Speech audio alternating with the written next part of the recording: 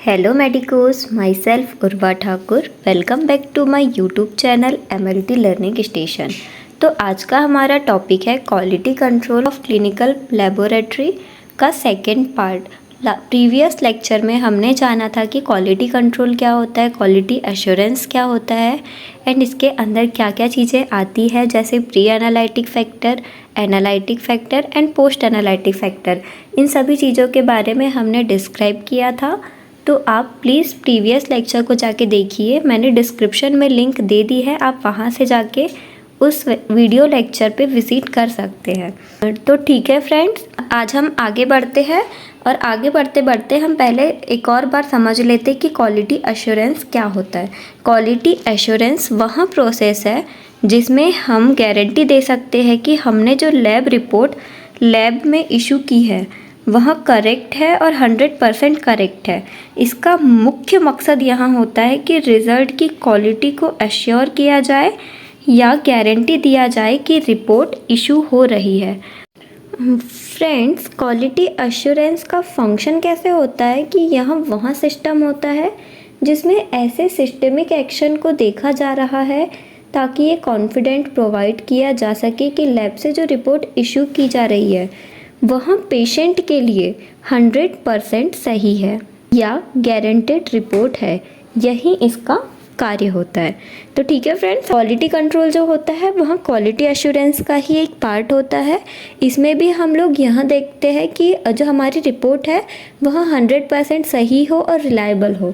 ठीक है फ्रेंड्स, तो क्वालिटी कंट्रोल को हमने 3 टाइप्स में डिवाइड किया था, जिसमें हमने देखा था pre analytical phase, analytical phase और पोस्ट एनालिटिकल फेज। तो हमने प्री एनालिटिकल फेज के बारे में प्रीवियस लेक्चर में अच्छे से पूरा डिस्क्राइब किया था। तो आज मैं इन लोग का थोड़ा सा इंट्रोडक्शन बता देती हूँ। प्री एनालिटिकल फेज इसको इसीलिए बोलते हैं क्योंकि यहाँ एनालाइज करने के पहले की प्रोसेस होती है। प्री एनालिटिकल फैक्टर में आता है पहले पेशेंट का फिज़िकल एग्जामिनेशन करेंगे, उसकी फिजियोलॉजिकल एक्टिविटी को देखेंगे, उसके बाद पेशेंट का सैंपल कलेक्ट करेंगे। अब सैंपल कलेक्ट करने के बाद उस सैंपल को ट्रांसपोर्ट करेंगे। ये सभी प्रोसेस आती है हमारी प्री एनालिटिकल फैक्टर में। अब हमने सैंपल को कलेक्ट भी कर लिया और भेज भी दिया। तो भेजा कहाँ हमने? एक लेबोरेटरी में भेजा। अब हम ये हमारी थी प्री एनालिटिकल फैक्टर में आया था हमारा। अब प्री एनालिटिकल फैक्टर के बाद क्या होगा कि हम लोग एनालिटिकल फैक्टर में एंटर करेंगे। एनालिटिकल फैक्टर में क्या होता है कि हम पेशेंट के सैंपल को एनालाइज करते हैं कि यहाँ कौन सी डिसीज़ है, उस डिसीज़ को डायग्नोज करते हैं। ये हमारे एनालिटिकल फैक्टर के अंतर्गत आता है। तो चलिए स्टार्ट करते हैं आज का हमारा टॉपिक, जिसमें हम देखेंगे एनालिटिकल फैक्टर के बारे में और पोस्ट एनालिटिकल फैक्टर के बारे में। Analytical quality control. Analytical quality control को क्लिनिकल लेबोरेटरी के भीतर किया जाने वाला इंटरनल क्वालिटी कंट्रोल कहा जाता है। यह इंश्योर करना कि टेस्ट सही ढंग से किया जाए और रिलायबल रिजल्ट प्राप्त हो। इसमें क्या बताया गया है कि analytical quality control clinical laboratory के अंदर किया जाने वाला इंटरनल क्वालिटी कंट्रोल है। मतलब ये जो हमारा प्री एनालिटिकल क्वालिटी कंट्रोल था वो हमारा एक्सटर्नल था, मतलब लैब के अंदर नहीं हो रहा था। लैब के बाहर हम पेशेंट का सैंपल कलेक्ट कर रहे थे, फिर उसको लैब के अंदर भेज रहे थे। ठीक है, तो ये जो होगा हमारा एनालिटिकल क्वालिटी कंट्रोल, इसमें तो अब हमको उस सैंपल से टेस्ट लगाना है और डिसीज़ को डायग्नोज करना है, तो उसके लिए हमें लैब की ज़रूरत पड़ेगी। इसीलिए इसको बोल रहा है कि क्लिनिकल लेबोरेटरी के अंदर किया जाने वाला इंटरनल क्वालिटी कंट्रोल कहा जाता है। और यहाँ इंश्योर करना कि टेस्ट सही ढंग से किया जाए और रिलायबल रिजल्ट प्राप्त हो। ठीक है फ्रेंड्स, तो क्वालिटी एनालिटिकल क्वालिटी कंट्रोल को जब हम लोग रेगुलेट करते हैं तो उसमें हम लोग यहाँ देखते हैं कि हम जो टेस्ट लगा रहे हैं वहाँ 100% सही हो और रिलायबल हो। ठीक है फ्रेंड्स, तो इसके लिए हमें काफ़ी चीज़ें ध्यान में रखनी होती है जिससे हमें एरर्स प्राप्त हो सकते हैं और यहाँ हमारी क्वालिटी में एरर्स को शो करता है। तो इसके लिए हमें स्टाफ डेवलपमेंट को रेगुलेट करना होगा। मतलब ये कि हमारा स्टाफ का कलेक्शन अच्छा होना चाहिए, हमारा स्टाफ जो है वह उसे प्रॉपर ट्रेंड होना चाहिए, और स्टाफ किसी मेंटल प्रेशर से ना गुजर रहा हो, और बहुत सी ऐसी चीज़ें होती है जो हमें ध्यान में रखनी चाहिए। इसके अलावा इंस्ट्रूमेंट क्वालिटी कंट्रोल, मतलब लेबोरेटरी में इंस्ट्रूमेंट का सही तरीके से होना बहुत ज़रूरी है। अगर इंस्ट्रूमेंट अच्छी क्वालिटी का होगा तभी हम रिज़ल्ट को 100% सही और रिलायबल रिज़ल्ट प्रिपेयर कर पाएंगे। इसीलिए इंस्ट्रूमेंट का खास ध्यान रखना चाहिए। परफॉर्मेंस स्टैंडर्ड, इसमें आएगा सिंप्लिसिटी, स्पेसिफिसिटी और एक्यूरेसी एंड प्रिसीजन। तो जब भी हम लोग परफॉर्मेंस कर रहे हैं, मतलब जब भी हम कोई टेस्ट लगा रहे हैं, तो हमें कोई भी जटिल मेथड का यूज़ न करते हुए एक सिंपल मेथड का यूज़ करना चाहिए। भले ही उसमें टाइम ज़्यादा लगे, लेकिन रिज़ल्ट हमें एक्यूरेट देना है और 100% सही ही देना है। यही सिंप्लिसिटी का पर्पस है। इसके बाद है स्पेसिफिसिटी। हम लोग जब टेस्ट लगा रहे हैं तो वहाँ स्पेसिफिसिटी होनी चाहिए। एक्यूरेसी एंड प्रिसीजन, इसमें यह बताया गया है कि एक्यूरेसी होनी चाहिए, 100% सही होना चाहिए। ये सारी चीज़ें बताई गई है। अगर से हमें इन सब चीज़ों में से किसी भी चीज़ को मिस करते हैं तो हमारे रिज़ल्ट में एरर्स आ सकते हैं। फिर है errors in test method. Test method से भी एरर्स आ सकते हैं, जिसमें होता है फॉल्टी टेक्निक। दिस में इंक्लूड इनकरेक्ट पिपेटिंग, अपर्याप्त मिक्सिंग और रॉन्ग इंक्यूबेशन। अब देखते हैं इनकरेक्ट पिपेटिंग। अब देखो, जैसे आप लोगों ने शालिस मेथड पढ़ी होगी हीमोग्लोबिन लगाने के लिए। अब उसमें आप इनकरेक्ट पिपेटिंग कर रहे हैं। अब पिपेटिंग में आपने 20 माइक्रोलीटर से थोड़ा सा ज़्यादा ब्लड ले लिया या फिर थोड़ा सा कम ब्लड ले लिया, तो उसके रिज़ल्ट में गिरावट आ सकती है या बढ़ोतरी हो सकती है। अगर से आपने ज़्यादा ब्लड ले लिया है तो उसका जो एक्यूरेट रिज़ल्ट है उससे ज़्यादा हमें प्राप्त होगा, उसका हीमोग्लोबिन हम ज़्यादा दे देंगे। अगर से आपने पिपेटिंग करते टाइम पे पूरा अच्छे से मेज़र नहीं किया है तो उसके रिज़ल्ट पे काफ़ी इफ़ेक्ट पड़ेगा। तो हम टेस्ट मेथड में ध्यान रखना है हमें कि टेस्ट रिज़ल्ट एक्यूरेट हो। फिर है अपर्याप्त mixing, sample with reagent. Sample और रिएजेंट को हम अच्छे से मिक्स न करें, इससे भी हमें एरर्स प्राप्त हो सकते हैं। देन है हमारा रॉन्ग इंक्यूबेशन। हमारा इंक्यूबेशन सही नहीं हुआ हो, जिसमें या हो सकता है कि हमने टेम्परेचर गलत रखा हो या फिर उसका टाइम हमने गलत रखा हो, मतलब या तो जल्दी निकाल लिया हो या तो फिर बाद में मतलब थोड़ा लेट निकाला हो।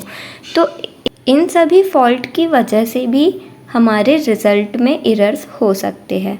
इसके अलावा हम देखते हैं सीरम में इंटरफेयर करने वाले सब्सटेंस का अधूरा निष्कासन।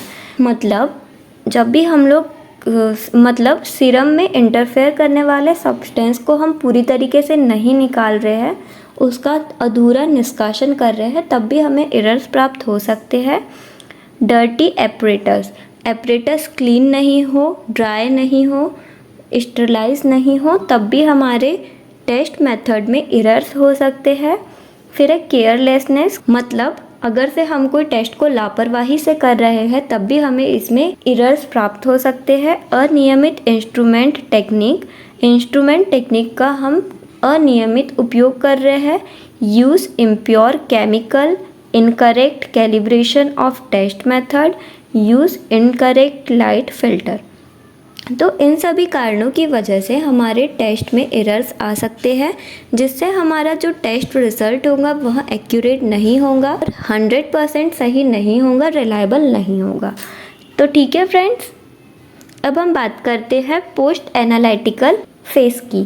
पोस्ट एनालिटिकल फेज़ मतलब एनालिटिकल फेज़ के बाद में होने वाला फेज़ को हम बोलते हैं पोस्ट एनालिटिकल फेज़। इसमें हम टेस्ट रिपोर्ट बनाते हैं और पेशेंट को टेस्ट रिपोर्ट देते हैं।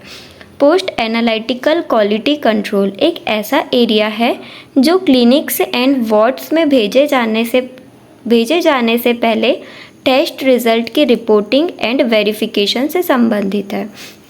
जब भी हम कोई टेस्ट लगाते हैं तो उसको किसी भी उसकी रिपोर्ट को क्लिनिक में या फिर किसी भी वार्ड में भेजने से पहले हम यहाँ चेक कर लेते हैं, ये हम वेरीफाई कर लेते हैं कि टेस्ट रिज़ल्ट की रिपोर्टिंग सही है या नहीं है, 100% सही है या नहीं है।